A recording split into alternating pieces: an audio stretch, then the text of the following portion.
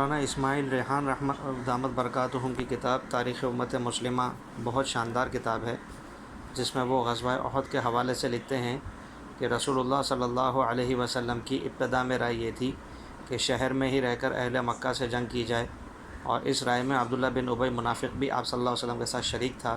لیکن صحابہ کرام رضوان اللہ علیہ مجمعین کی رائے یہ بن رہی تھی کہ شہر سے باہر نکل کر جنگ کی جائے۔ آپ صلی اللہ علیہ وسلم نے ان کا جوش و خروش دیکھا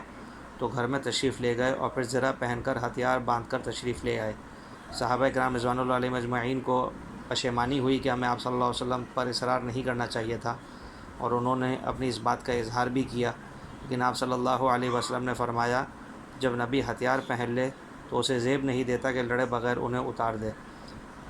اس کے بعد آپ صلی اللہ علیہ وسلم نے جنگ کی تیاری کے حوالے سے روانگی کی بات کی،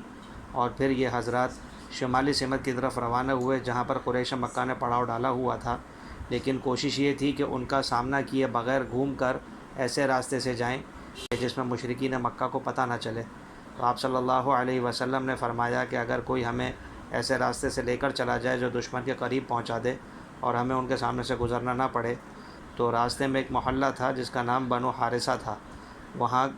کے ایک صحابی ابو خیثمہ رضی اللہ تعالیٰ عنہ نے کہا کہ اللہ کے رسول، میں اس خدمت کے لیے حاضر ہوں۔ وہ آپ صلی اللہ علیہ وسلم کو ان باغات میں سے لے جانے لگے، تو اس دوران ایک منافق مربع بن قیظی کے باغ سے بھی گزرنا تھا۔ اس نے شور مچانا شروع کیا، لیکن بہرحال موقع نازک تھا تو آپ صلی اللہ علیہ وسلم اس باغ سے تشریف لے گئے، اور صحابہ کرام رضوان اللہ علیہ مجمعین بھی ساتھ تھے۔ عبداللہ بن ابی منافق نے اچانک ہی جنگ میں شرکت کرنے سے انکار کر دیا اور یہ کہا کہ جب میری رائے نہیں مانی تو میں حصہ لینے کو تیار نہیں ہوں۔ جب وہ واپس ہوا تو اس کے ساتھ 300 منافقین بھی واپس چلے گئے۔ یہ موقع بہت زیادہ تحمل اور بہت زیادہ جرأت کا مظاہرہ کرتا تھا۔ جب 1000 کا لشکر ہو اور اس میں سے 300 لوگ لوٹ جائیں عین وقت پر کہ جب ضرورت ہو، تو اچھے خاصے لوگوں کی ہمتیں پست ہو جاتی ہیں۔ جو قائد ہوتا ہے اس کو بہت زبردست دھچکا لگتا ہے، لیکن آپ صلی اللہ علیہ وسلم کی قیادت ایسی تھی کہ آپ صلی اللہ علیہ وسلم نے صحابہ کرام رضوان اللہ علیہ مجمعین کو مسلسل آگے چلایا اور اس جگہ پر رکنے نہ دیا۔ اور ایسا ہی ایک موقع آپ صلی اللہ علیہ وسلم کی زندگی میں ہمیں ایک دوسری جگہ پر بھی نظر آتا ہے کہ جب مسلمانوں کی فجر کی نماز ایک سفر میں قضا ہو گئی تھی، اور اس میں بھی آپ صلی اللہ علیہ وسلم نے فوراً ہی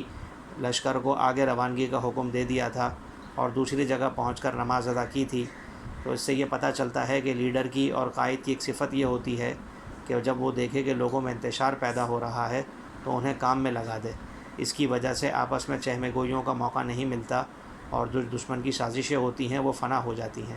تو یہ اور ہمارے لیے بھی ایک سبق اس کے اندر یہ ہے کہ عین وقت پر ہمیں اپنے ذمہ دار کا ساتھ نہیں چھوڑنا چاہیے، بلکہ جہاں تک ہو سکے ان کے ساتھ کندھے سے کندھا ملا کر چلنا چاہیے۔ اللہ تبارک و تعالی ہمیں اچھے طریقے سے کاموں کو کرنے کی توفیق عطا فرمائے۔